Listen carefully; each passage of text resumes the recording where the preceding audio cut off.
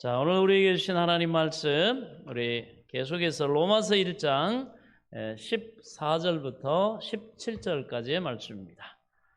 자, 신약 성경 로마서 1장 오늘은 14절부터 17절까지 말씀입니다. 우리 한 절씩 교독하시도록 하겠습니다. 헬라인이나 야만인이나 지혜 있는 자나 어리석은 자에게 다 내가 빚진 자라.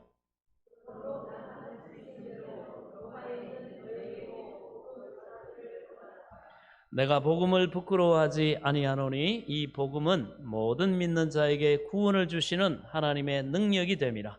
먼저는 유대인에게요 그리고 헬라인에게로다.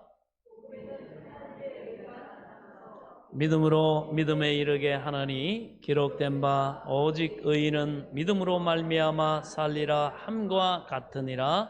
아멘. 하나님의 은혜를 감사합니다. 오늘도 주시는 말씀이 우리에게 생명의 지식과 지혜와 능력과 복과 하나님의 영광을 나타내기에 부족함이 없도록 겸손히 들을 귀와 깨달을 영을 주의 성령께서 도와 주옵소서.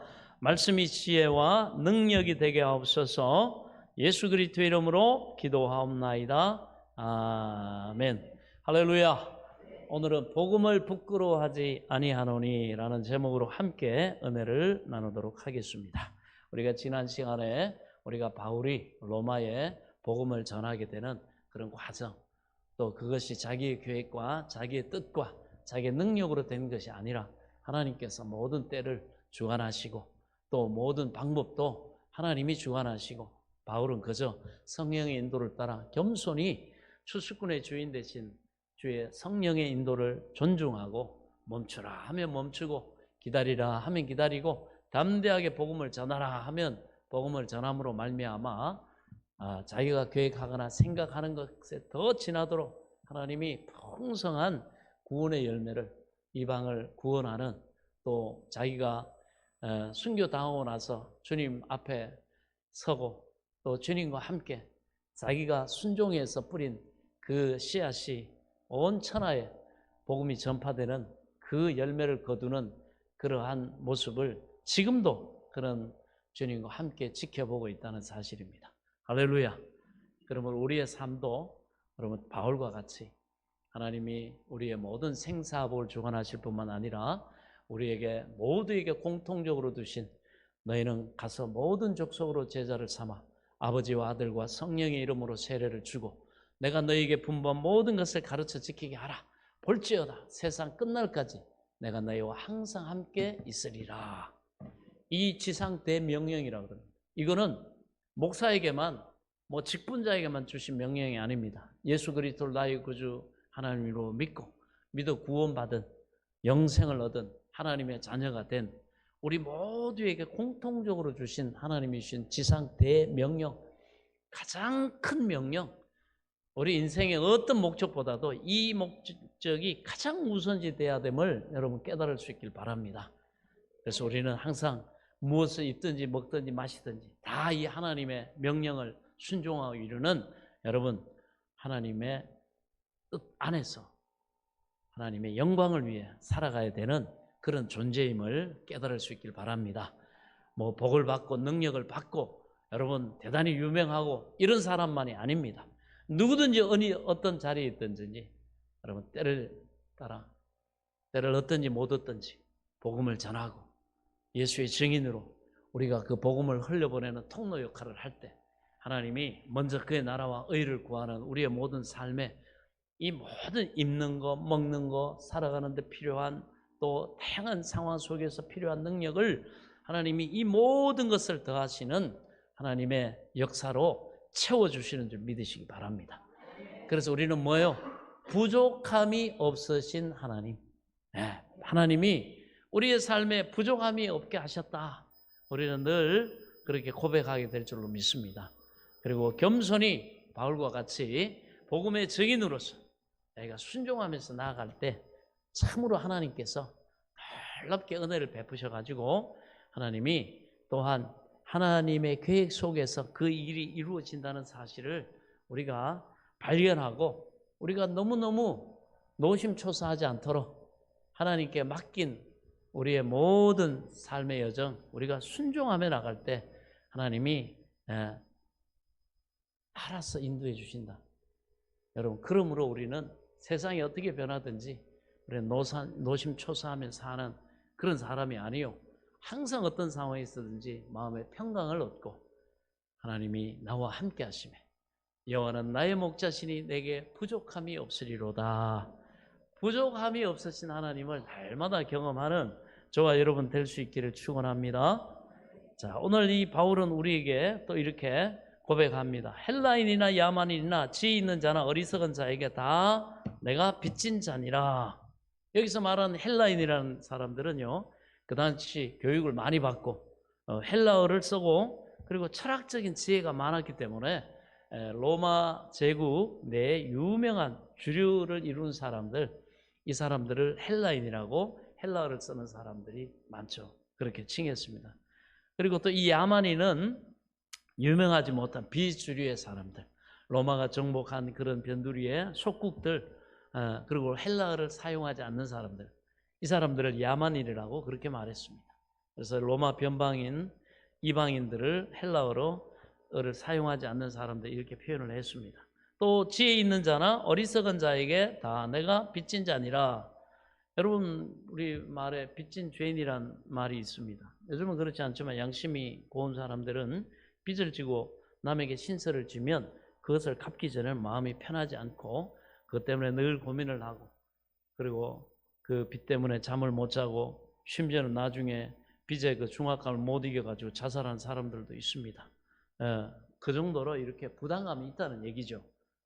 그래서 바울은 바로 이 복음에 있어서도 자기 자신이 생각할 때 철저하게 자기는 빚을 졌다 이렇게 말했습니다.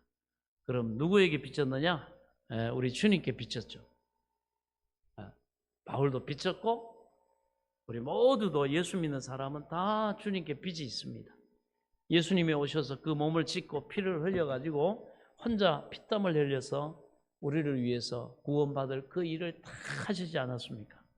그러므로 우리는 값없이 믿음으로 구원을 받았습니다. 아무런 대가를 치르지 않고 값없이 받았습니다. 여러분, 예수 그리스도의 복음, 그 구원을 우리는 여러분 우리의 공로로 받은 것이 있습니까? 우리가 뭘 잘해가지고 우리가 특별히 뭐가 뛰어나가지고 다른 사람보다 윤리 도덕적으로 참 반듯해가지고 그 값으로 우리가 구원을 받은 것이 있습니까? 여러분, 인간은 다 50보 100보입니다. 자기 딴에는 나는 의롭다, 나는 거룩하다, 나는 법 없이도 산다 그렇게 말할 수 있을지 모르지만 하나님의 그 잣대로 비추면 의인은 없나니 하나도 없다. 다 한 가지로 죄에 치우쳐가지고 태어날 때부터 원죄를 가지고 유전받아 태어나고 그 다음에 상황이 되고 여러분 능력만 되면 어떤 죄도 지을 수 있는 그 유혹 앞에 무능한 이 살아가면서 짓는 자범죄를 짓는 그런 인간이지 않습니까? 누가 거기서 자유하다고 할 수 있겠고 누가 여러분 자기 양심에 속이고 숨은 부끄러움의 일 없는 인간 누가 있겠습니까? 전부 다 50보 100보입니다. 그렇습니다. 그래서 우리는 그냥 믿음으로 은혜로 값없이 받았습니다. 그래서 하나님께서 우리의 믿음을 예수 그리스도의 십자가와 부활과 성천과 재림과 영원한 천국과 영생과 바로 주님이 우리를 위해서 하신 그 복음을 우리가 그냥 믿음으로 값없이 받았습니다. 아멘. 우리는 다 예수 믿음으로 구원받은 겁니다. 하나님께서 우리의 믿음을 가장 큰 의의로 보신 거예요. 우리가 한 것은 아무것도 없습니다. 죄를 짓고 너무너무 하나님 보실 때 하나님의 법으로 보면 절대적인 그 거룩함의 법으로 보면 우리가 불의하죠. 그리고 추악한 죄인으로 하나님께 버림을 받아가지고 영원한 불지옥에 영원히 고통받고 구더기도 타 죽지 않는 그 영원한 불지옥, 그 흉악하게 또 악한 짓하고 원수 마귀 사탄 이런 많은 사람들이 영혼을 여러분 도적질하고 속이고 사이비 이단 이런 모든 거짓 선지자들 지옥에 떨어져도 7배나 더 뜨거운 지옥 여왕 불못에 떨어집니다. 예, 그렇습니다. 그런 죄인, 그런 하나님 앞에 합당치 못한 이런 사람들, 예, 그런데 하나님께 우리는 버림받지 않게 됐다는 겁니다. 우리가 버림받아야 마땅함에도 불구하고 우리를 예수 그리스도의 이름을 믿음으로 그 주님이 하신 그 모든 의로운 그런 우리를 구원하시기 위해서 십자가에서 몸짓고 피 흘리시고 생명 주신 우리를 위해서 다 대가를 치르신 바로 그 구원의 복음을 믿음으로 우리는 버림을 받아 마땅함에도 불구하고 예수 그리스도 이름을 부르고 믿음으로 우리는 구원을 받고 하나님이 의롭다 하시고 그 다음에 하나님의 자녀된 권세를 우리에게 주셨다는 사실을 믿으시기 바랍니다. 하나님의 영광이 바로 우리와 함께하고 계십니다. 그러므로 우리는 주님께 은혜의 빚을 졌습니다. 은혜의 빚을 졌어요. 그 은혜의 빚은 어떻게 갚습니까? 예수님께서는 이미 부활 승천하시고 완전히 만왕의 왕 만주의 주로 주님께서는 높이 들리셨는데 우리가 그걸 갚을 수가 없잖아요. 그런 능력도 없고 그 큰 은혜를 우리가 어떻게 무슨 수단으로 갚습니까? 그것은 우리가 주님께 빚진 것을 유일하게 갚을 수 있는 건요, 나하고 똑같은 나 같은 과거의 나 같은 그 죄인들에게 예수를 전도함으로 이 복음을 전함으로 그 빚을 갚을 수가 있는 겁니다. 그래서 여러분 전도하는 것은 이 빚을 갚는 거예요. 빚을 갚는 겁니다. 복음의 빚. 여러분 너무나 값비싼 것은 대가를 지불하지를 못합니다. 그래서 여러분 보세요. 우리가 그 우중충충하던 날씨 막 비 오고 이러다가도 햇빛이 쫙 태양이 비치면은 얼마나 만물이 소성하고 그죠? 정말 생기가 넘치고 막 그런지 모릅니다.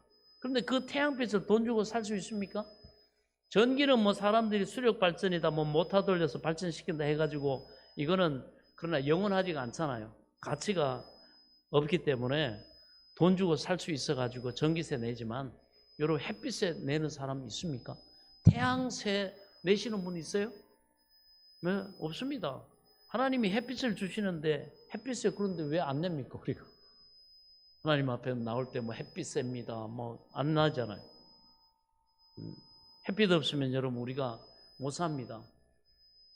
우리가 뭐 우리나라에도 보면 조선 왕조실록에도 보면 경신대기근 소빙하기 그래가지고 햇빛이 살짝 이렇게 지구가 어떻게 약간 그때 삐뚤어졌던 공전주기나 자전주기가 뭐가 이상이 있어가지고 햇빛을 약간 못 받았어요. 그래가지고 지구상의 평균 온도가 약 한 1.5도인가 이게 내려간 적이 있어요. 그랬더니 여러분 농사가 안 됩니다. 농사가 안 되고 어떨 땐 비가 너무 많이 와버리고 어떨 땐 비가 너무 적게 오고 또 햇빛이 비치는 게 날수가 적어가지고 농사를 몇 년을 흉년을 그렇게 해가지고 우리 한반도에서도요 조선 여기에서도 수백만이 굶어 죽었습니다. 근데 그때 막 대기근이 세계 전체적으로 왔어요. 그 왜 그러냐? 기후학자들이 조사를 해보니까 햇빛이 제대로 안 비친 거예요. 조금 덜 비친 겁니다. 그랬더니 막 농사가 망치고 그냥 얼마나 비참하고 그런 정말 진짜 사람들이 사람되지 못하게 사는 그런 시대가 있었는지 모릅니다. 제대로 살아갈 수가 없어요. 그래서 너무 값이 비싸기 때문에 하나님이 공짜로 주신 겁니다. 그래서 우리가 정말 뭐 이것저것 모든 걸 다 감사를 한 번씩 이렇게 생각해 볼 때 하나님이 이 너무 값진 것은 그저 공짜로 은혜로 주셨구나. 아멘. 너무 값이 비싼 건 은혜로 그래서 받는 겁니다. 공기도 그렇습니다. 여러분 우리 지금 숨 쉬고 공기 사용하잖아요. 그런데 공기세 냈습니까? 여러분 숨 안 쉬면요 대략 한 4분 정도면 사람이 죽어요. 산소가 공급이 안 되면. 그래가지고 죽어가다가 다시 이렇게 인공호흡하고 막 해가지고 살려도 막 파괴됩니다. 뇌세포도. 그래가지고 여러분 중풍이나 이런 것들이 뭡니까? 산소 공급이 끊어져가지고 내가 괴사해가지고 그 다음에 깨어났는데 마비가 되고 막 이런 것들이 그게 뭐예요? 산소 공급이 안 돼서 그런 겁니다. 끊임없이 심장을 통해서 혈액이 돌고 이렇게 산소를 또 혈액에 녹여가지고 폐에서 여러분 우리 각각의 몸의 장기 세포로 이렇게 이동을 시켜야 되는데 이게 턱 멈추니까 그런 일이 일어나는 겁니다. 그 공기 여러분 공기세 냈습니까? 안 냈습니다. 그런데 그 우리 생명을 좌우하는 그 공기, 귀하고 귀한 공기를 우리는 마음대로 마십니다. 할렐루야. 여러분 감사하시기 바랍니다. 예, 얼마나 귀한지 몰라요. 돈 한 푼도 안 내고. 왜냐?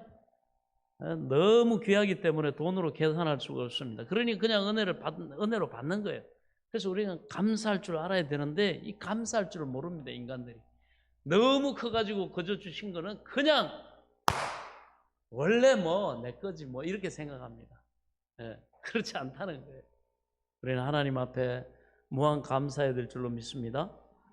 그 다음에 여러분 값으로 따질 수 없는 것이 부모 사랑 아닙니까? 부모 사랑도 마찬가지죠. 우리가 피덩이를 낳아가지고 진자리 마른자리 갈아 넣으면서 손발이 다 닳도록 고생하고 그 다음에 자립해가지고 자기 혼자서 독립적으로 살아갈 수 있을 때까지 뒷바라지 하는데 그러니 그 부모의 은공이 굉장하죠. 굉장하죠. 예, 부모도 그것을 어릴 때 받았기 때문에 그것을 자기 어린 자녀들에게 전달해 주는 것이지만 그 부모의 사랑이 너무나 크기 때문에 그것도 대가를 지불할 수 없습니다. 부모의 사랑은 공짜로 은혜로 받는 거죠. 부모 사랑을 여러분 돈으로 계산하고 갚을 수 있습니까? 못 갚죠. 하물며 하나님의 아들의 구원을 무슨 대가로 지불하고 값을 주고 사겠습니까? 잘못했다가는 하나님 앞에 여러분 뺨 맞죠. 영적으로 뺨 맞으면 어떻게 되겠습니까? 여러분 돈 한 100만 원 아니면 뭐 1000만 원 아니 1억 10억 뭐 돈 가지고 와가지고 하나님 구원해 주신 대가입니다 하면은 당장 하나님 앞에 영적인 뺨 맞을 겁니다. 아니 내 아들의 생명이 영원한 그 생명이 1억 원에 10억 원의 가치밖에 안 된단 말인가. 여러분 천국에 우리가 요한계시록을 통해 보면 천국에는 길조차도 정금길 아닙니까? 100%의 순금길. 그 문은 천국에 들어가는 새 예루살렘의 문은 12문은 12진주문, 통으로 된 진주문이고 하나님이 우리를 위해서 그 좋은 성에서 우리를 영원히 살게 하시는데 그거 다 공짜입니다. 아멘. 그렇습니다. 그런데 그거 가지고 못 사요. 천국을 못 삽니다. 예. 그거 비교가 안 됩니다. 값을 매길 수가 없습니다. 예. 무궁무진한 이런 하나님의 은혜와 복을 누리게 하시는 그 생명의 원천인 예수 그리스도의 생명을 값으로 계산할 수 없습니다. 그러므로 우리는 믿음으로 구원을 받고 그 빚을 이웃에게 갚아야 됩니다. 언제나 남에게 예수를 전도해서 이웃에게 예수를 전도해서 그리스도의 복음을 전해주므로 예수님의 은혜의 빚을 다른 사람들에게 조금이라도 갚으려고 우리가 애쓰는 것입니다. 그래서 나랑 상관도 없는데 왜 그렇게 하나? 여러분 인간 대 인간으로 보면요. 저 사람 목사님 아니 저 뭐 이렇게 교회 먼저 다니는 성도들 나한테 이렇게 친절하고 뭐 이렇게 섬겨주고 이런 거 보니까 뭔가 세상에 공짜가 어디 있나? 아 뭔가 이 나한테 요구하는 값이 있겠지. 이렇게 의심하고 하는 생각을 하는 분들이 많습니다. 그러나 우리가 그렇게 하는 이유는요, 뭐예요? 우리가 주님께 이 복음의 빚을 졌기 때문에 우리가 갚을 길이 없어서 이웃에게 조금이라도 갚으려고 애쓰는 겁니다. 나 같은 죄인을 아무 값 없이 구원해 주신 하나님의 은혜가 너무 감사하고 나를 위해서 십자가에 참으로 내가 봐도 말도 안 되는 나 아닙니까? 보면 우리 속 솔직히 들여다보면 세상에 참 그저 그렇습니다. 그런데 나 같은 걸 하나님이 귀하게 여겨주시고 자녀 삼아주시기 위해서 이 엄청난 값을 복음의 빚을 나한테 주게 하셨는데 갚아주셨는데 그 빚진 자의 심정. 그래서 바울은 자기가 뭐 무관심해도 되고 굳이 안 그래도 돼요. 그런데도 불구하고 헬라인을 볼 때나 야만인이나 지혜 있는 사람이나 못 배운 무식한 사람이나 부자나 가난한 사람이나 그 사람들 볼 때마다 뭐라는 거예요? 다 빚진 심정으로 그들을 봤다는 거예요. 예, 복음에 빚진 그런 심정으로 나는 산다. 여러분 빚진 사람은 빚을 갚으려고 애쓰지 않습니까? 그 부담감 때문에. 그러나 이 복음의 빚의 부담감은 사랑의 빚입니다. 너무너무 주님의 은혜가 감사하고 귀하고 고맙고, 그런 상황 속에서 우리는 이 복음의 빚진 자의 심정을 가진 이 바울을 볼 필요가 있습니다. 그래서 어찌하든지 내가 빚 갚는 심정으로 그냥 사람들을 지나치지 않고 다 기회만 닿으면 때를 얻든지 못 얻든지 예수 믿으라고, 주 예수를 믿으라고. 그러면 당신과 당신의 삶이, 가정이 구원을 받는다고. 그래서 전도한다. 뭐 해도 좋고 안 해도 좋은 것이 아니라 빚을 졌으니까 내가 의무적으로 갚을 책임이 있기 때문에 내가 열심히 빚진 사람에게 빚 갚는 심정으로 예수 그리스도의 복음을 전한다고 말하고 있습니다. 여기에는 우리도 동일하다는 사실을 깨달을 수 있길 바랍니다. 못 깨달아가지고 그렇지. 이걸 깨달아야 되는데. 그리고 15절, 그러므로 나는 할 수 있는 대로 힘을 다하여 복음을 전하여야겠다, 이렇게 말합니다. 내가 할 수 없는 거는요 못하지만 내가 실력이 미치는 한도 내에서는 이 로마에 있는 사람들에게도 빚진 심정으로 복음을 전하겠다. 그래서 이 로마서를 쓴 겁니다. 길이 막히니까 가기 전에 먼저 편지부터 보낸 거예요. 우리도 이 심정을 가져야 됩니다. 우리는 모두가 예수 그리스도의 복음에 빚졌기 때문에 그렇습니다. 이 예수 그리스도의 은혜를 우리가 값없이 받았으니 그 예수 그리스도의 은혜에 보답하는 억천만분의 그런 일이라도 보답하는 심정으로 다른 사람에게 예수 그리스도를 전하는 삶을 살아야 합니다. 그게 제대로 은혜 받고 제대로 구원받은 사람에게 나타나는 이 말씀 들으면요, 이 거룩한 부담감이 생깁니다. 아, 그렇구나. 내가 복음의 빚을 주님께 못 갚지만 내가 정말 복음의 빚진 자의 심정으로 내 주변에 있는 사람들에게 이 복음을 전함으로 이 복음의 빚진 자의 심정으로 내가 증인의 삶을 살아야 되겠다 말이지. 내가 돈을 버는 것도, 유명하게 되는 것도, 내가 성공하게 되는 것도, 그 끝에는, 그 다음에는 반드시 이 영향력과 능력을 가지고 복음의 빚진 자로서 많은 사람에게 복음의 빚을 갚는, 복음을 전하는 그런 증인으로 내가 살아야 되겠다 말이지. 아멘. 그게 바로 너희는 먹든지 입든지 마시든지 다 하나님의 영광을 위해서 하라, 바로 그 말입니다. 할렐루야.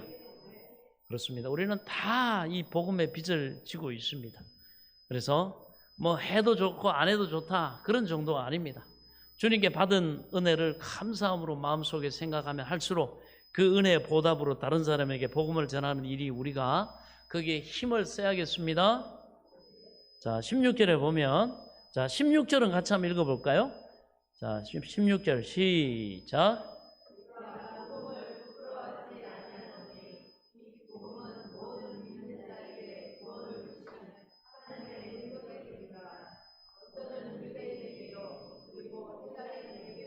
아멘. 여러분, 남에게 좋은 일 해놓고 좋은 일 할 때 부끄럽게 생각합니까? 남한테 유익한 일 하고 좋은 일 해줄 때 여러분 마음의 감정이나 생각이 부끄러운 감정 드십니까? 그렇지 않죠? 예. 우리 집에 예를 들어 가지고 맛있는 그런 시루떡 만들어 가지고 그거 잔뜩 담아 가지고 먹어버리기가 너무 맛있어. 그래 가지고 이웃집에 나눠 주려고 잔뜩 담아 가지고 이웃집에 나눠 먹으러 갈 때 여러분 그게 부끄럽습니까? 아니죠. 부끄럽지 않죠. 당당하죠. 당당하게, 이야, 이 사람 이거 먹어보면 진짜 그냥 둘이 먹다가 하나도 죽어도 모를 정도로 맛있는 시루떡. 저한테 기대하면서 당당하게 가죠. 상대가 막 거부하고 해도 막 아이고 한번 잡숴보시라고 얼마나 여러분 당당하게 그렇게 합니까? 아멘? 그렇습니다. 안 부끄럽습니다. 당당하죠. 이웃집에 맛있는 떡 나눠주는데 부끄러워할 게 없죠. 이웃에게 반대로 얻어먹으러 갈 때가 부끄럽죠. 자기가 뭔가 도움을 요청해야 될 때 부끄럽습니다. 그러나 갖다 주는 데는 부끄럽지 않습니다. 여러분, 갖다 주고 나눠주는 그런 복음의 증인의 삶을 사시기를 축원합니다. 하나님이 여러분에게 영육 간의 영적인 복음뿐만 아니라 또 나누고 베풀고 섬길 수 있는 넉넉한 이 통로가 또 있어야 되잖아요. 그런 하나님이 복을 주시길 축원합니다. 오늘부터 기도하세요, 여러분. 뭐 나이 드신 분들이나 다 마찬가지입니다. 우리에게는 아직 기회가 있기 때문에 하나님, 나도 이 복음도 나눠주고 나도 이렇게 뭔가 좋은 것을 나눠줄 수 있는 그런 당당한 인생 살 수 있도록 하나님 내게 복을 주옵소서. 그렇게 여러분 소망하고 기도하시기 바랍니다. 주님이 그러시죠. 네 믿음대로 되라. 내 믿음대로 되라. 아이고 나 같은 거 내가 지금까지도 빈대 붙어가지고 내가 살고 내가 늘 그냥 뭐 거지 깡통 가지고 내 사는 내 인생인데 내 인생에 무슨 대단한 볕들날이 있겠는가. 아니 그렇게 생각하지 마세요. 그렇게 생각하지 마세요. 할 수 있거든요. 무슨 말이냐. 믿는 자에게 능치 못할 일이 없느니라. 여러분 능치 못할 일이 없도록 예수님이 그 복음에 여러분 모든 대가를 치러주신 줄 믿으시기 바랍니다. 오늘부터 마음의 소원을 두고 여러분 다니엘처럼 뜻을 세우세요. 하나님 이제는 내가 이렇게 복음과 함께 먹을 것을 입을 것을 많은 사람들에게 좋은 것을 나누어주는 그런 인생 살고 싶습니다. 오늘 말씀이 그 말씀인데 주여 아멘 내게도 주소서 내게도 주소서 내가 그런 복된 인생 살기를 내가 원하나이다. 믿으시면 아멘 하시기 바랍니다. 그러면 되는 거예요. 출발이 시작된 거예요. 여러분 주님이 바꾸시면 바꾸십니다. 여러분 천지빛깔입니다. 그렇게 인생 바뀐 사람들이 천지빛깔이에요. 얼마나 많은지 모릅니다. 또 그 간증하려고 그러면 또 시간 다 가고 또 진도 안 나가니까 오늘은 아무튼 많습니다. 너무너무 많아요. 아멘. 안 믿으니까 탈이지. 가다가 뭐 에이 뭐 안 되나 보다 그러고 포기해버리니까 안 되지. 해보세요 여러분. 하나님은 광야에서도 길을 내시고 사막에서도 시내가 흐르게 하신 하나님임을 믿으시기 바랍니다. 그렇게 되면 여러분 내가 하나님께 복을 받고 내가 성실히 땀 흘리고 애쓰고 도전하고 부딪혔더니 하나님이 이렇게 은혜를 주셨는데 뭐 남한테 나중에 제가 할 필요가 뭐 있습니까? 오히려 내가 과거에 그랬는데 나도 깡통 들고 다니면서 늘 그냥 주워 먹고 얻어먹고 늘 그냥 그렇게 살았는데 내가 정말 주님 만나가지고 내 인생이 이렇게 바뀌었다고 이렇게 하나님이 여러분 기도하시면 하나님이 이끌어 가십니다. 바울을 이끌어 가신 것처럼 하나님 그렇게 하실 수 있다니까요. 주님은 그 일을 위해서 이미 대가 다 치렀습니다. 여러분 그 기회 이미 우리에게 열려 있습니다. 믿음으로 여러분 담대하게 도전하고 걸어갈 수 있기 바랍니다. 그러면 어떻게 된다 그랬어요? 센서등 여러분 보셨잖아요. 가만히 있으면 아무 감도 안 떨어집니다. 딱 믿고 기도하고 하나님 앞에 정말 오늘 제가 말씀드렸듯이 진정으로 그렇게 하고 하나님이 마음에 소원을 딱 주신다든지 아이디어 딱 주신다든지 이렇게 딱 인도하실 때 그 상황을 딱 주시면 거기에서 이 소망을 가지고 아 맞아 그때 내가 그렇게 기도했지. 아 그때 목사님 그렇게 말씀해서 내가 아멘 했지. 그래 나도 소망을 가지고 전에 같으면 아예 꿈도 뭐 올라가지 못할 나무 쳐다보지도 마라. 그렇게 생각하고 아예 단념하고 있었는데 아니야. 이제 내 인생이 바뀌었어. 한번 해봐야지. 하고 도전하고 딱 하고 한 걸음 딱 내디디면요. 아파트 현관 들어갈 때 캄캄하던 거기가 뭐 저 그냥 안 보이고 캄캄하면 어떡하나 내가 자빠지면 어떡하나 그렇게 딱 믿고 그죠. 내가 들어가면 불 켜진다. 그리고 한 걸음 딱 디디면 어떻게 해요? 갑자기 확 불 들어져. 믿음의 세계가 그렇습니다. 여러분. 해봐야 돼요. 믿음으로 한 걸음을 디뎌야. 그래서 오늘 보면 믿음에서 믿음으로 이르게 한다는 얘기가 바로 그겁니다. 믿음의 한 걸음을 뛰어본 사람은요 빛이 딱 들어와요. 그 다음에 또 그걸 토대로 그 지식을 가지고 지혜로 삼고 그 다음을 걸어가면 또 한 걸음 불이 들어옵니다. 아멘. 한 걸음 한 걸음 일용할 양식 하나님 필요한 은혜 여러분 예배에 놓으셨다는 사실을 믿으시기 바랍니다. 그 믿음의 사람은 용기를 가져야 돼요. 용기를 가져야 돼요. 그리고 담대하게 나가면 다윗도 보세요. 골리앗 앞에 서 있습니다. 3m예요. 그 다음에 막 흉갑을 들었고 막 배틀째 같은 창을 들고 있고 방패로 노수로 다 막았어요. 그런데도 불구하고 다윗이 어떻게 합니까? 하나님을 의지해서 쓰지 않습니까? 그리고 두려움을 다 극복하고 거추장스러운 자기 게 아닌 게 아니라 평소 자기가 단련되고 준비된 그 물매 던지는 그걸 가지고 서지 않습니까? 그러면서 딱 선포합니다. 너는 칼과 창과 단창으로 내게 나오거니와 나는 네가 모욕하는 이스라엘의 하나님 만군의 여호와의 이름으로 내게 가노라. 오늘날 전쟁은 하나님께 속하였다. 하나님이 너를 내게 붙이시리라. 아멘. 그러고는 말만 큰 소리 치는 게 아니라 직접 행동으로 옮겼습니다. 도전했습니다. 그랬더니 하나님이 다윗의 그 물맷돌을 2개 던지지도 않았어요. 하나 던졌더니 바로 그냥 꼽혀가지고 골리앗이라고 하는 큰 거인을 쓰러뜨렸습니다. 할렐루야. 이게 그리스도인들의 여러분 용기, 담대함, 그 믿음에 하나님이 응답해 주시는 역사를 여러분 깨달을 수 있기를 바랍니다. 자, 그렇습니다. 그래서 우리는 담대하게 복음을 전하면서 우리는 나아가야 됩니다. 여러분, 우리는 얻어먹으려고 하고 막 그러면 부끄러워요. 그러나 이 복음의 가치를 알면 우리는 어디든지 담대할 수 있고, 이걸 전하기 위해서는 하나님이 내 삶에 이 모든 것을 더하신 은혜와 능력 주시는 건 당연하겠구나. 할렐루야. 그래서 먼저 그의 나라와 의를 위해서 살아갈 때 하나님은 놀랍게 역사를 합니다. 그렇습니다. 우리가 그래서 떡을 갖다 주는 데는 부끄러워할 것이 없습니다. 아멘. 이웃에게 얻어먹으러 갈 때가 부끄럽지, 갖다 주는 데는 부끄럽지 않습니다. 내가 남에게 좋은 일 할 때는 부끄럽지가 않습니다. 그러나 내가 남한테 해를 끼치는 그런 일이 될 때는 내가 부끄럽죠. 그리고 그런 일을 하고 나면 얼굴이 화끈거립니다. 양심의 가책이 오고, 그죠? 상대를 그렇게 피해를 주거나 그러면.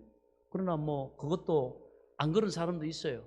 양심이 완전히 화인 맞아가지고 무뎌져가지고 옳고 그름이나 자기 염치도 없어요. 부끄러워할 줄도 모르는 그런 상황에 돼버리면 여러분 뭐 얼굴 화끈거리지도 않습니다. 그러나 그런 사람에게 소망이 없죠.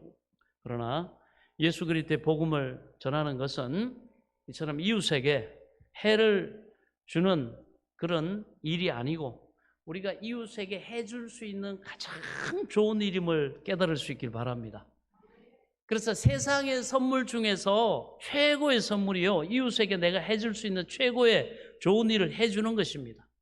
그리고 우리가 영원한 시간, 이 영원을 두고 볼 때 영원한 멸망에서, 지옥에서 영원히 살게 해주는, 그것도 천국에서 살게 해주는 이 아름다운 복음을 전하는 것이기 때문에 우리가 부끄러워할 일이 없죠. 이 가치를 깨달을 수 있길 바랍니다. 내가 가지고 있는 이 복음이라는 이 내용이 얼마나 위대한 것인가를 알면 부끄러워하지 않습니다. 이 복음이 뭔지 그 내용을 확실히 모르고 사람들을 뭐 그냥 교회에다가 막 그렇게 막 사탕발림 해가지고 끌어다가 교회에 데리고 오고 숫자 늘려야 되겠다고 그렇게 생각하면 부끄럽게 생각하죠. 왜? 아니 뭐 교회 와서 뭐 특별히 주는 거 없이 사람들을 뭐 강제로 끌고 오고 속여서 끌고 오고 뭐 그냥 유혹해서 끌고 온다 생각하고 와가지고 또 희생을 요구한다고 생각하면 부끄럽죠. 많이 이 복음의 가치를 몰라가지고 아이고 우리 남편 전도했다가 교회 와가지고 뭐 또 뭐 이렇게 저기 할까봐 뭐 그래가지고 전도 안 하는 사람 많아요. 아, 내 아내 뭐 또 이렇게 교회 이렇게 막 끌고 오면은 또 아이고 같이 뭐 또 맨날 봉사한다 그러고 막 그럴까봐 아이 부끄러워가지고 말이지. 왜 당신 나 여기 끌고 와가지고 고생시키냐 그럴까봐 그렇게 생각하면 부끄럽죠. 왜 그래요? 이 복음의 가치를 몰라서 그런 거예요. 몰라서 그렇습니다. 그러나 아니 내가 당신에게 너무나 좋은 일 해준단 말이에요. 당신이 지금은 모르지만은 당신이 지금 내가 하는 일이 뭔지 모르지만 실상은 내가 당신에게 해줄 수 있는 최고의 일을 해주고 있다. 이 세상 어느 누가 당신에게 이 일을 해주겠냐 말이야. 욕을 먹으면서 오해를 받으면서 누가 그렇게 해주겠냐 말이지. 그러한 이 구원의 도를 내가 전파해주고 있기 때문에 내가 너무나 좋은 일을 해주고 있는 것이다. 이 사람은 반기지 않고 때로는 깨닫지 못한다 할지라도 아멘? 그렇게 생각하면 당당할 수 있죠.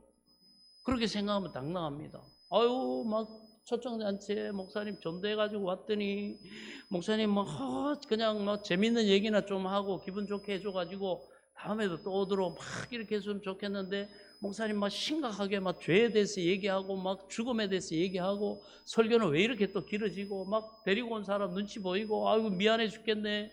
아우 부끄러워라. 아우 다음에 우리 교회 오라는 소리도 못 하겠네.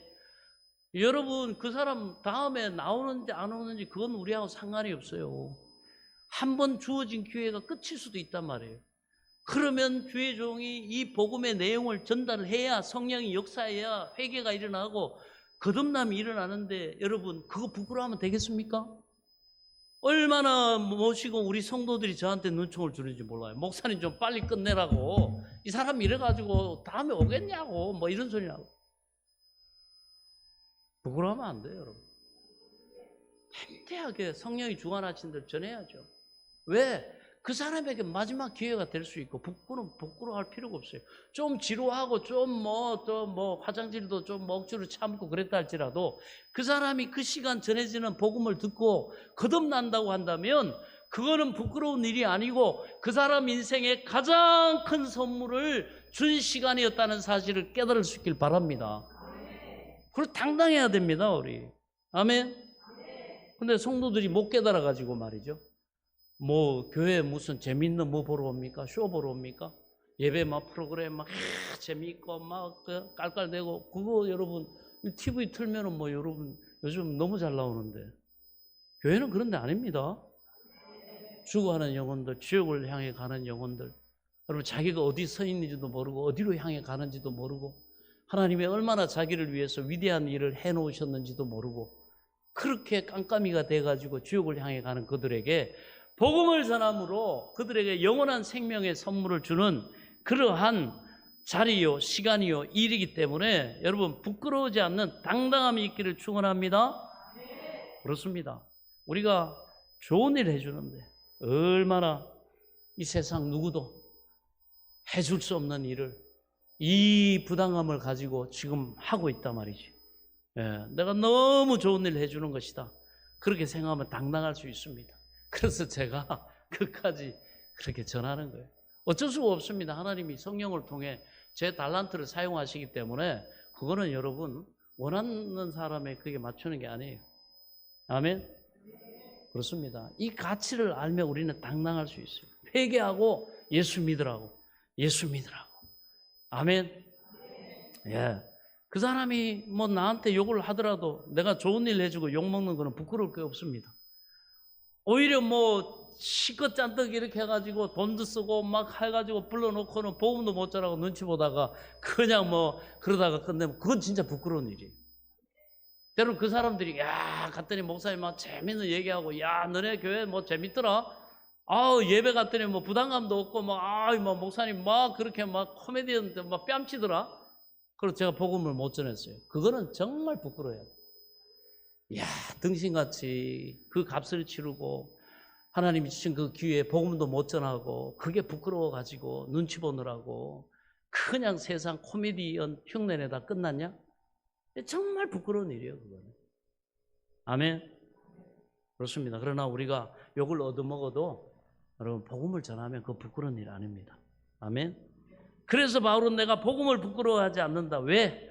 너무나 귀하디 귀한 선물이기 때문에. 이 복음의 내용을 보면요, 이 복음은 모든 믿는 자에게 구원을 주시는 하나님의 능력이 됩니다.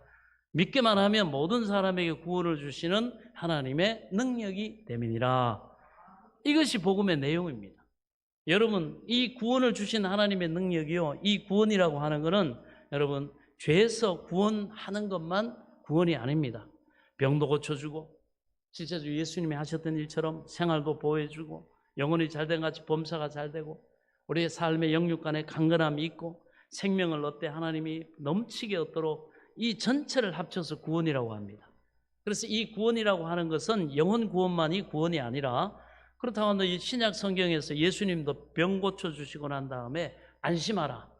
내 믿음이 너를 구원하였으니 평안히 가라. 이렇게 예수님이 말씀하셨습니다. 그래서 병 고치는 것도 오병이의 기적을 행하시는 것도 환난과 시험에 빠졌다가 건진받는 것도 구원입니다. 가난의 저주에서 벗어나가지고 아브라함의 복을 받는 것도 구원입니다. 그렇습니다. 구원은 인간 전체 삶을 표현하는 것이 구원입니다. 전인격적인 구원을 말하는 것입니다. 우리가 예수를 믿게 되면 구원의 능력이 되는데 이 구원의 능력을 우리가 복음 전한 사람에게 전달해 주는 거예요. 당신 병들었냐? 치료받는 능력이 있다. 불행하냐? 행복하게 되는 능력이 있다. 당신은 망했냐? 하나님께서 복을 받고 다시 일어설 수 있는 그런 길이 있다. 이 방법을 전하는 것이 얼마나 당당합니까? 할렐루야. 부끄러워하지 않아야 됩니다, 여러분. 부끄러워한다고 하는 것은 내가 뭔가 복음의 가치 아직도 잘 몰라서 그래요. 복음의 내용을 모르는 사람이 부끄럽게 여기지, 아주 귀한 보화를 전달해 주는데 왜 부끄럽게 여기나? 전혀 부끄럽지 않습니다. 예, 여러분, 어느 겨울날 과거에 가난한 그 시대에 불쌍한 과부가 바느질 해먹고 사는데, 겨울이었어요.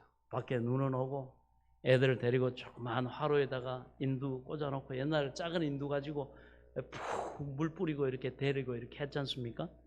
호호하면서 바느질을 합니다. 그러더니 애들이 엄마 배고파. 겨울에 눈은 오고 추운데 엄마 배고파. 그런데 갑자기 옆집 부잣집에서 막 떡 찢는 소리, 떡방아 찢는 소리가 나요. 떡 맺히는 소리가 막 나고 무슨 잔치가 있는지 떡을 막 합니다. 그러니까 막 애들이 막 발버둥을 치죠. 엄마, 이웃집에서 떡 만드는데, 엄마, 이웃집에 떡 찢는 소리 난다. 아, 맛있겠다. 아, 이웃집에 떡 만들어 먹는데 우리는 뭐야? 참, 여러분, 이 과부가 바느질 해가지고 겨우겨우 입에 풀칠하는데 뭘 줄 것이 있습니까? 여러분, 뭐 아무리 맛있는 떡에도 이웃집에 가가지고 떡 좀 나눠달라고 부끄러워 갈 수가 없어요. 그래서 엄마가 눈물을 뚝뚝 흘리면서 고민을 하다가, 그러다가 아주 신박한 생각이 떠올랐어요. 그래서 애들한테, 그래, 너희들 떡 먹게 해주마. 엄마가 떡 먹게 해주마. 그랬더니 엄마가 가더니 집에 있는 거라고는 골비살 시커먼 태태한 보리쌀을 밖에 없는데, 그걸 가지고 엄마가 나옵니다. 그러더니 그걸 막 씻어가지고는 막 해가지고 보리 누룽지를 만들어요. 보리 누룽지를 이렇게 만듭니다. 그래가지고 애들을 줘요. 그러니까 애들이, 에이, 뭐야, 이 보리 누룽지잖아. 아이, 저 집에 말이야, 떡을 먹는데 뭐 엄마 누룽지를, 이건 맛이 없어, 못 먹어. 그러니까 그 엄마가 보면서, 그래, 보리 누룽지지. 그러나 두고 봐라. 이 보리 누룽지가 변해서 떡이 될 테니까. 그리고는 그 보리 누룽지를 잘, 그래도 정성스럽게 만들어가지고 대바구니에 이렇게 담아가지고, 옛날에는 이런 부엌에 대바구니가 많았죠. 요즘은 뭐 이렇게 접시 예쁜 것도 많지만 예전에 대바구니 작은 거 큰 거 많았습니다.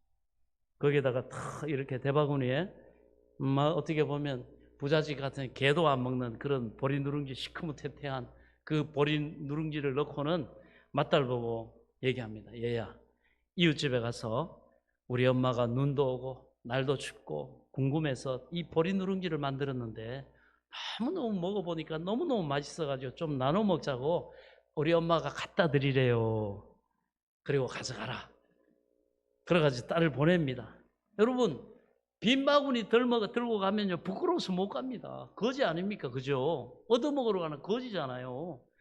그러나 이 보리 누룽지라도 주려고 담아가니까 애가 부끄럽지 않잖아요. 부끄럽지 않아가지고 그거 갑니다. 어떻게 보면 부잣집에서는 개도 안 먹는 거지만 이 집에서는 귀한 거니까 나눠 먹자는 그 마음으로, 그 마음이 귀하지 않습니까? 사람이, 여러분, 마음이 실리면은 그 귀하거든요. 그래서 이웃과 나눠 먹겠다고 하는 마음이 귀한 것이죠.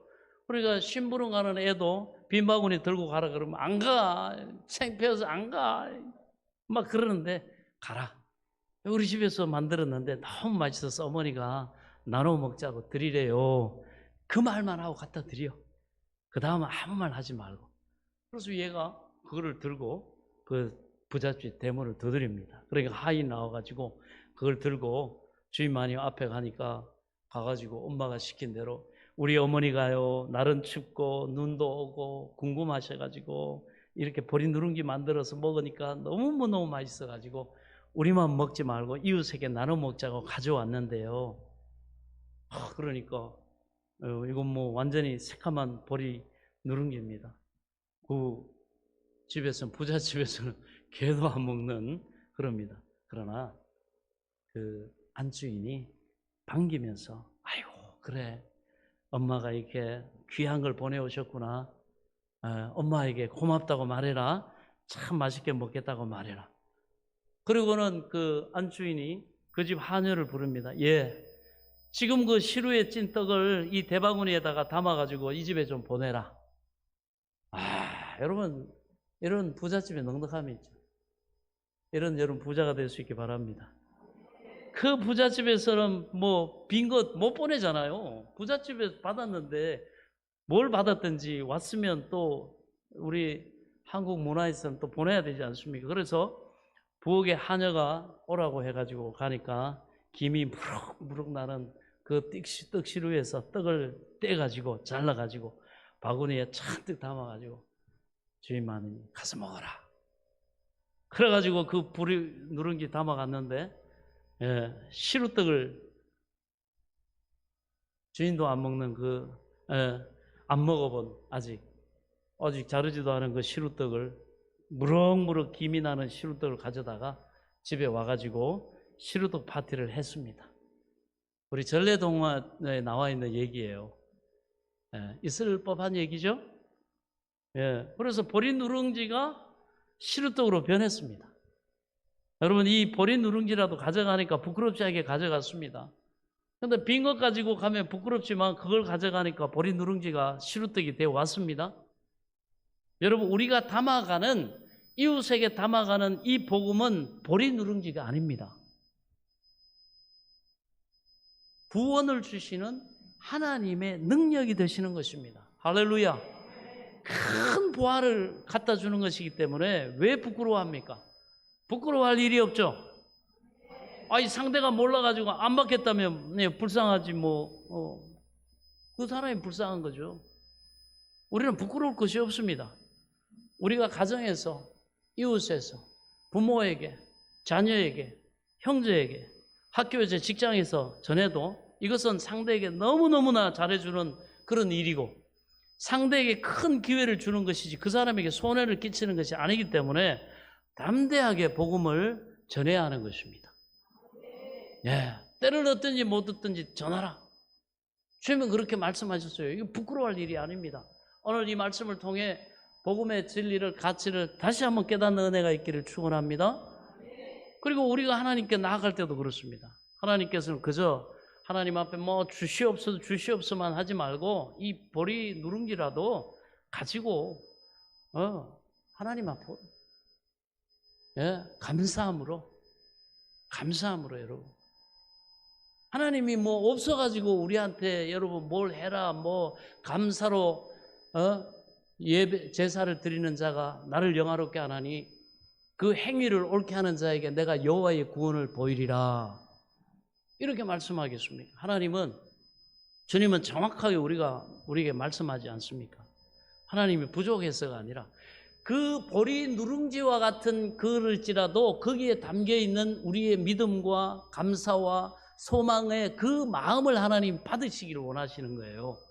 그리고 그 보리 누룽지라도 그 마음을 담아서 표현하는 자, 그들에게 하나님은, 여러분 실체가 없으면 하나님은 그 마음이 담겨 있지 않다고 얘기합니다. 우리를 너무 잘 아시거든. 우리가 마음이 어디에 가 있는지 너무 잘 아신단 말이에요. 우리가에게 뭐가 귀한지를 주님이 너무 잘 아시거든. 그래서 예수님께서 네 재물이 있는 곳에 내 마음이 있다, 내 물질이 있는 곳에 내 마음이 있다, 이렇게 정확하게 얘기하신 거예요. 그래서 우리가 하나님 앞에 헌금을 드리든지 감사를 드리든지 이 모든 것들은 뭡니까? 우리의 마음이 담긴, 여러분, 보리 누룽지와 같고 주님이 들어 축사하셨던 오병이어와 같은 하잘것없는 모든 것을 가지신 하나님 보실 때는 여러분 그거 말 그대로 별것도 아닌 거예요. 그럼에도 불구하고 하나님이 그 안에 담긴 그 마음을 받으시고 여러분 시루떡의 은혜를 주시는 줄 믿으시기 바랍니다. 그 복을 주시는 거예요. 그 마음을, 하나님은 사랑이시기 때문에 그 사랑의 마음을 주고받기를 원하시는 거예요. 부모 자식 간에도 여러분 사랑한다 그러고 저단 먹이면 그게 부모의 사랑이 전달이 됩니까? 어머니 감사해요, 나 낳아주셔서 감사해요 그러면서 어머니 생신에 아니면 자기 생일에 그래도 담은 식사 한 끼라도 사드리고 용돈이라도 한번 드리고, 여러분 그게 사랑 아닙니까? 그거 왜 그래요? 보잘것없어 보이고 1년에 365일은 그래도 갚을 수 없는 부모의 사랑이지만 한번 그 마음을 담아서 여러분 표현하는 거 아닙니까? 그럼 나중에 그러면 뭐예요? 그 부모가 떠나가시면서 어떻게 합니까? 그 유산 뭐 딴 데 줍니까? 다 물려주잖아요. 모든 것을 자녀에게 다 주지 않습니까? 그러니 그 감사를 담아서 이렇게 표현하는 그 보리 누룽지와 같은 그런 감사, 그런 하나님 앞에 예물, 거기에 하나님이 왜 축복을 하시고 왜 축사하십니까? 거기에 우리의 마음이 담겨 있기 때문에. 할렐루야. 그래서 하나님께서 이스라엘 백성들에게 말할 때 너희는 1년에 적어도 항상 하나님이 이 모든 걸 주신 하나님 앞에 땅도 주시고 너희에게 집도 주시고 이 모든 걸 가나안 땅을 젖과 꿀이 흐르는 가나안 땅을 주신 하나님 앞에 너희는 항상 감사하되 1년에 3차례는 꼭 하나님 앞에 감사 절기로 지켜라. 유월절과 그 다음에 맥추절과 그 다음에 수장절, 추수감사절. 기독교에서도 그 전통과 그 의미를 담아서 1년에 3번 감사절기를 지킵니다. 우리는 요즘은 뭐 부활절, 그 다음에 전반기를 마무리하고 후반기를 맞이하는 시점인 이 바로 다음 주에 있을 맥추절, 그 다음에 1년 농사 끝내고 또 이렇게 하나님 앞에 모든 소출을 거두어서 드리는 추수감사절. 그때는 하나님 앞에 하나님이 말씀하셨어요. 하나님 앞에 너희는 나올 때 빈손 보이지 마라. 하나님 앞에 감사로 나와서 이렇게 하나님이 베푸신 은혜 이 모든 것을 인정하면서 감사하라. 그것을 저는 바로 이 보리 누룽지로 비유합니다. 그렇지 않습니까? 그럴 때 하나님이 우리 삶에 부족함이 없는 필요한 그러한 시루떡의 은혜를 주실 줄로 믿습니다. 그렇습니다. 이 사랑을 주고받는 거예요. 하나님이 천지 만물의 주인이시고 모든 것을 말씀으로 창조하시고 원하는 대로 모든 것을 다 하실 수 있는 하나님이 뭐가 궁금해가지고 뭐가 저기에서 오병이어를 말씀하시고 또 이렇게 우리에게 감사로 나오라 그러시겠습니까? 그것은 바로 그 안에 담겨 있는 감사의 마음. 할렐루야. 그렇습니다. 우리가 드리는 이 감사의 보리 누룽지가 찰떡이 시루떡이 되게 하실 줄 믿으시기 바랍니다. 그래서 감사로 나를 예배하는 자가 나를 영화롭게 하나니 그 감사의 행위를 옳게 하는 자에게 내가 여호와의 구원을 보이리라. 옳게 하는 감사는 뭡니까? 마음을 담아 하나님 앞에 감사와 사랑의 마음을 담아 또 그 다음에 어떻게 합니까? 마음만 가지고는 안 돼. 네 물질이 있는 곳에 네 마음이 있다. 하나님 우리를 너무 잘 아십니다. 그래서 그 예물에 준비하고 거기에 그 가치와 그 마음을 담아서 하나님 앞에 드려라. 그래야 하면 하나님께서 여호와의 구원을 내게 보이시리라. 그렇습니다. 이것이 하나님의 약속입니다. 그래서 우리가 감사절기에도 이 맥주 감사 다음 주 빈손으로 나오면 하나님 앞에 부끄럽잖아요. 낯이 뜨끈뜨끈 하지 않습니까? 그러나 크든 적든 우리가 이 의미를 담아서 또 감사절기에 하나님 앞에 감사할 때 비록 우리가 하나님의 그 절대적인 그 복됨과 그 능력에 비유할 때는 마치 그 가난한 집에 그 보리 누룽지와 같을지라도 넉넉하시고 부유하신 하나님은 우리의 삶에 필요한 우리가 소망하는 시루떡의 은혜로 갚아주실 줄로 믿습니다. 내가 이 감사를 담아 정성을 다해 주님 앞에 나오면 당당하죠. 때로는 열악하고 빈약한 처지 있지만 너무너무나 간절히 정성 어린 그런 예물과 감사를 드리고 그리고 간절히 기도하고 나가면 하나님은 반드시 복을 주시는 줄 믿으시기 바랍니다. 이것이 우리의 실체적인 감사의 실체입니다. 나 같은 사람도 여러분 저같이 부족한 사람도 하나님 앞에 이 목회를 하고 이렇게 할 때 여러 가지 어려움과 이런 것들이 있지만 항상 때로는 모든 삶을 다해서 하나님 앞에 이 부족하지만 하나님 내 이 보리 누룽지와 같은 내 적은 헌신과 이 충성을 하나님 앞에 드립니다. 주님 은혜를 베풀어 주시고 하나님 긍휼히 여겨 주시고 그렇게 하나님 앞에 기도하면서 또 한 주를 준비해 가지고 또 주일 이렇게 예배를 드리고 설교를 합니다. 그러니까 하나님이 정말 저는 부족하지만 하나님이 예배를 통해 말씀을 통해 은혜를 주시고 하나님이 영혼을 구원하시고 참으로 위대한 하나님의 일을 감당할 수 있는 그런 하나님이 은혜를 베푸시더라고요. 할렐루야. 그렇습니다. 우리가 뭐 뛰어나고 우리가 능력이 있어서 그런 게 아닙니다. 마리아가 옥합을 깨뜨리는 그런 심정입니다. 그래서 그 다음 그리고 그 다음이 그리고 나아가서 우리가 복음을 전하면 하나님의 능력이 임하십니다. 하나님의 축복이 임하십니다.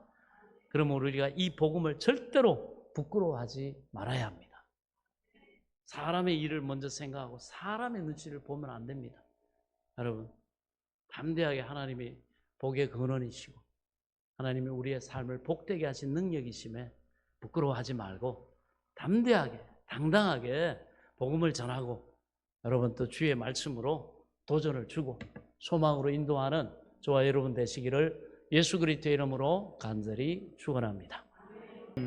지금은 우리 주 예수 그리스도의 은혜와 하나님 아버지의 지극하신 사랑과 성령님의 감동 감화교통 내줘 충만하신 은혜의 역사가 나를 원하신 하나님 앞에 기쁨과 감사로 경배하며 예배드린 사랑하는 성도들 머리머리 외워 이들의 가정과 자녀들과 일터와 앞날이 한 주간의 삶 가운데 이제로부터 영원토록 함께 계실지어다. 아멘.